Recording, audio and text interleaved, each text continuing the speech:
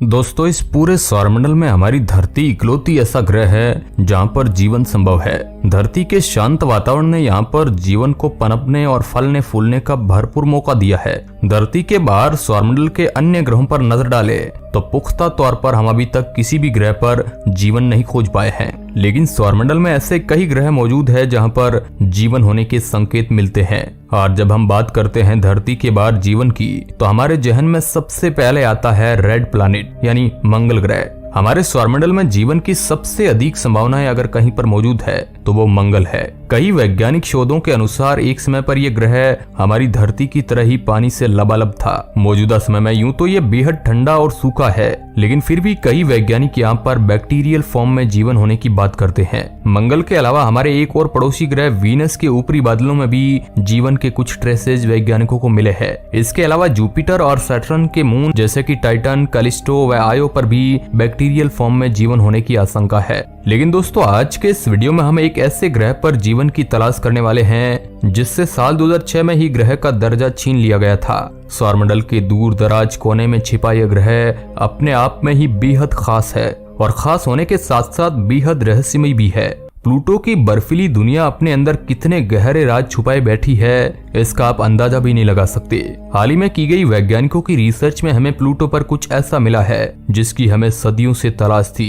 Research में discover की गई चीजें ये बताती हैं कि शायद प्लूटो पर भी जीवन मौजूद हो सकता है। तो आखिर प्लूटो पर वैज्ञानिकों को ऐसा क्या मिला जिससे वहाँ पर जीवन की आशंका जताई जा रही है, और आखिरकार क्यों प्लूटो इतना रहस्यमय है? तो तैयार हो जाइए प्लूटो के एक अद्भुत सफर के लिए, जहां पर हम हाल ही में की गई रिसर्च के साथ साथ इसके गहरे राजों से भी पर्दा उठाने वाले हैं। नेपच्यून के बाद प्लूटो हमारे सौरमंडल का पहला बौना ग्रह है। एक समय था जब हमारे सौरमंडल में 9 ग्रह हुआ करते थे, जिसमें प्लूटो भी शामिल था। लेकिन बाद में जैसे जैसे हमने सौरमंडल को और करीब से जाना, हमें प्लूटो जैसे कई अन्य ग्रह भी मिलने लग गए, जिसके बाद साल 2006 में IAU यानी कि इंटरनेशनल एस्ट्रोनॉमिकल यूनियन द्वारा प्लूटो को एक ड्वार्फ प्लैनेट यानी कि बौने ग्रह का दर्जा दे दिया गया। सौरमंडल के किसी भी सेलेस्टियल ऑब्जेक्ट को एक ग्रह होने के लिए 3 रूल फॉलो करना पड़ता है। सबसे पहला, उसे सूर्य का चक्कर लगाना होता है, और दूसरा, वह इतना बड़ा होना चाहिए कि उसकी ग्रेविटी के कारण उसका आकार है जो गोल हो जाए, और आखिरी शर्त यह है कि उसकी ग्रेविटी इतनी होनी चाहिए कि उसके आसपास मौजूद सारे छोटे बड़े पिंड उसमें समाहित हो जाए या फिर उसका चक्कर लगाने लग जाए, पास में स्वतंत्र ना घूमे। प्लूटो पहली और दूसरे क्राइटेरिया को तो फिल करता ही था, लेकिन तीसरे को नहीं। प्लूटो गोल था और सूर्य का चक्कर भी लगाता था, लेकिन प्लूटो के आसपास काइपर बेल्ट में ऐसे कई छोटे बड़े पिंड थे जो प्लूटो के इर्द गिर्द तैरते रहते थे, और प्लूटो अपने गुरुत्वाकर्षण से उन सारे छोटे बड़े पिंडों को अपना चांद न बना पाया, और इसी कारणवश साल 2006 में इसे ग्रह की श्रेणी से बेदखल कर दिया। दोस्तों, यूं तो इसे ग्रह की श्रेणी से बेदखल कर दिया गया, लेकिन इस इंसिडेंट के कारण प्लूटो ने दुनिया भर में खूब सुर्खियां बटोरी और एक लंबे समय तक चर्चा का विषय बना रहा। सौरमंडल के कोने में स्थित यह ग्रह बेहद ठंडा है। -387 डिग्री सेल्सियस के साथ ये सोलर सिस्टम के सबसे ठंडी जगहों में से एक है। लगभग 508 करोड़ किलोमीटर की दूरी से यह सूर्य का चक्कर लगाता है। प्लूटो का एक साल धरती के 248 सालों के बराबर होता है। और मजे की बात तो यह है कि साल 1930 में जब इस ग्रह को खोजा गया, तब से लेकर अब तक प्लूटो ने सूर्य का एक चक्कर भी पूरा नहीं किया है। प्लूटो का डायमीटर 2380 किलोमीटर है और ये हमारे चांद से भी छोटा है। आपको जानकर और भी हैरानी होगी, लेकिन ये अमेरिका से भी ज्यादा छोटा है। इतने छोटे होने के बावजूद भी प्लूटो के पास कुल 5 चांद है।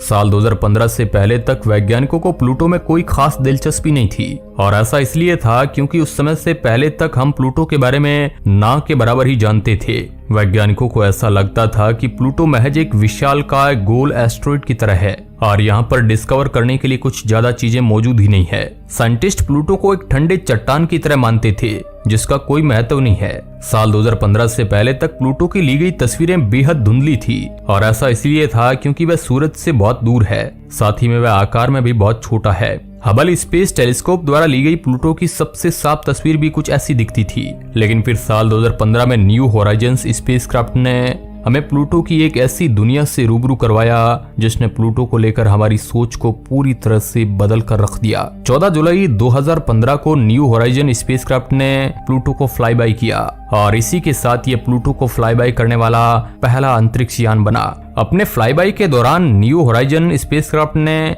प्लूटो का गहराई से अध्ययन किया, वहां की कई सारी तस्वीरें कैप्चर की और इसके मून्स के बारे में भी कई सारी चीजों का पता लगाया। न्यू होराइजन के ऑब्जर्वेशन में ये पता चला कि प्लूटो का सबसे बड़ा चांद जो कि सैरोन है, उसका डायमीटर प्लूटो के डायमीटर का लगभग आधा है। प्लूटो का ये चांद प्लूटो का लगभग आधे से थोड़ा ही कम है। प्लूटो और सैरोन को कई बार बाइनरी सिस्टम भी कहा जाता है, क्योंकि ऐसा प्रतीत होता है जैसे कि ये दोनों एक दूसरे का ही चक्कर लगा रहे हो। सितंबर साल 2016 में वैज्ञानिकों को प्लूटो के चांद सैरोन के नॉर्थ पोल पर लाल और ब्राउन रंग का एक धब्बा मिला।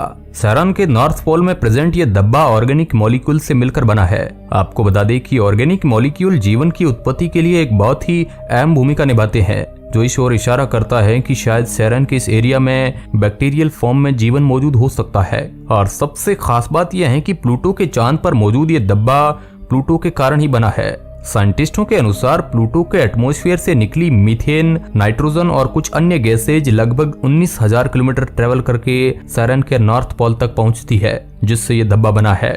न्यू होराइजन्स ने हमें ये बताया कि प्लूटो की सतह के प्लेन से फ्रोजन नाइट्रोजन से बने हैं और वहां पर मीथेन और कार्बन मोनोऑक्साइड के ट्रेसेज भी है।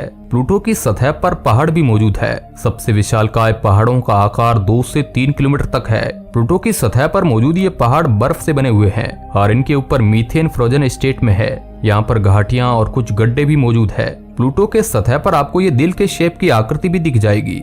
इसका नाम स्पुतनिक प्लेसिया रखा गया है और इसका आकार टेक्सास शहर जितना है। स्पुतनिक प्लेसिया एक ग्लेशियर जैसा प्रतीत होता है, जिसने प्लूटो को ऊपर से ढक रखा है। स्पुतनिक प्लेसिया की यह जगह नाइट्रोजन और कार्बन मोनोऑक्साइड के बर्फ से बनी हुई है। दोस्तों, प्लूटो के पास एक पतला सा एटमॉस्फेयर भी है।